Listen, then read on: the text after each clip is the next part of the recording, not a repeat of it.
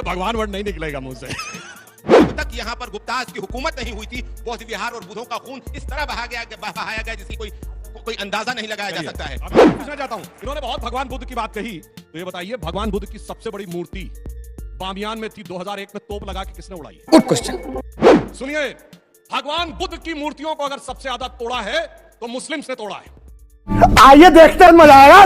चलो चलो चलो। मैं आपको एक चीज बताना चाहता हूं कि इस मुल्क में हर पंथ, हर व्यक्ति आजाद है अपने अनुकूल धर्म को पालन करने पर। तो रुको जरा, सब्र करो। जो चादर चढ़ाना चाहे चादर चढ़ाए और जो नहीं चढ़ाना चाहे नहीं चढ़ाए। नहीं हम जैन परंपरा को रोक सकते हैं, नहीं बौद्ध परंपरा को रोक सकते हैं, नहीं विष्णु परंपरा, किसी परंपरा को नहीं रोक सकते हैं। तो हम किसी के आस्था पर दूसरे को अधिकार नहीं दे सकते हैं कि कोई दूसरा जाकर के कुफ्र कहे और उसको चादर चढ़ाए। बिल्कुल, जो इन्होंने कहा मैं इनकी बात का खैर मकदम करता हूं कि हर व्यक्ति को स्वतंत्रता है, और वो स्वतंत्रता केवल तब तक है जब तक वो भारत में है और हिंदू मेजॉरिटी स्टेट में है। बात तो सही है। और मैं कोट करना चाहता हूं, मार्क टिली बहुत बड़े पत्रकार रहे, बीबीसी के 3 दशक तक उन्होंने साउथ एशिया को कवर किया और दिल्ली में रहे। 2019 में उन्होंने द इक्वेटर मैगजीन में एक आर्टिकल लिखा कि Muslims in India are the luckiest, और उन्होंने उसका आधार बताया कि वो निजामुद्दीन एरिया में तकरीबन 26 साल रहे, और उसी निजामुद्दीन एरिया में एक तरफ हजरत निजामुद्दीन औलिया की दरगाह और दूसरी तरफ तबलीगी जमात का ऑफिस, एक ही सड़क के दोनों तरफ। ये मार्क टेली कहता है कि अगर कोई मुस्लिम देश होता तो ये दोनों जो एक दूसरे के खिलाफ वाले फिरके हैं, ये एक साथ नहीं रह सकते थे 30 साल तक। ये सिर्फ भारत में जहां रह सकते हैं। अरे बाप रे, ये तो धोती खोल रहा है। तो मुस्लिम भारत के इसलिए लकी हैं कि कम से कम अपने मजहब में जैसे चाहे इबादत कर सकते हैं। कम से कम इसके लिए तो शुक्रगुजार होकर बता दीजिए। और इसीलिए इस्लाम में जितने फिरके पाए जाते हैं, वैसे इनकी मान्यता के अनुसार टोटल 72 होंगे, कुछ हैं कभी नहीं है। सिर्फ दुनिया में एक देश है जहां वो सारे फिरके पाए जाते हैं, वो हिंदुस्तान है। 57 मुस्लिम देशों में कोई नहीं। ये बड़ी अच्छी बात कही आप। जवाब दीजिए। आपकी बदकिस्मती ये है कि इस मुल्क की तारीख को आपने पढ़ने की कोशिश नहीं की। अच्छा, हमको सिखा दिया है। वरना आपको याद होगा कि इस मुल्क को बहुत बड़ा अगर मौजूदा स्वरूप देने वाला है तो अशोका है, और अशोका के पोते बृहद्रथ को पुष्यमित्रा ने मार डाला था, उसका सेनापति ने। अच्छा।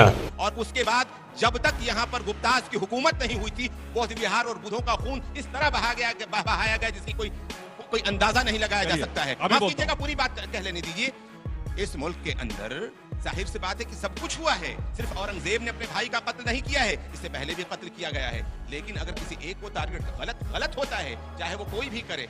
मैं ये कहता हूं कि जब ये मुल्क आजाद हुआ तो आजादी के बाद हर व्यक्ति को जो आजादी हासिल थी, हम इन दिशाओं पर नहीं सोच करके बाकी चीजों को क्यों उठाकर लाते हैं। मैं पूछता हूं, आपकी पार्टी आस्था के साथ मजाक करती है। अब ये कौन है बे?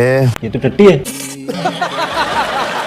मैं कहता हूं कि गाय को न काटा जाए, गाय की कुर्बानी को मैं जायज नहीं समझता हूं। लेकिन आपकी पार्टी के जमाने में इसमें बीफ की एक तरह से देखा जाए तो एक्सपोर्ट बढ़ जाता है। अभी बता दे भाई, अभी बता दे।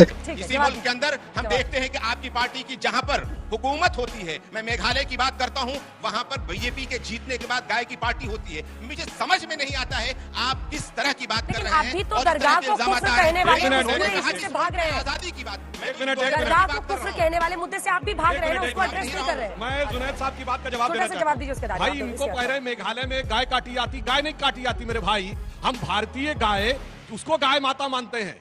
सुनिए, उसका जूलॉजिकल नेम है बॉस इंडिकस, और जो वो है उसे मिथुन कहते हैं, उसका बॉटनिकल नेम है बॉस टॉरस।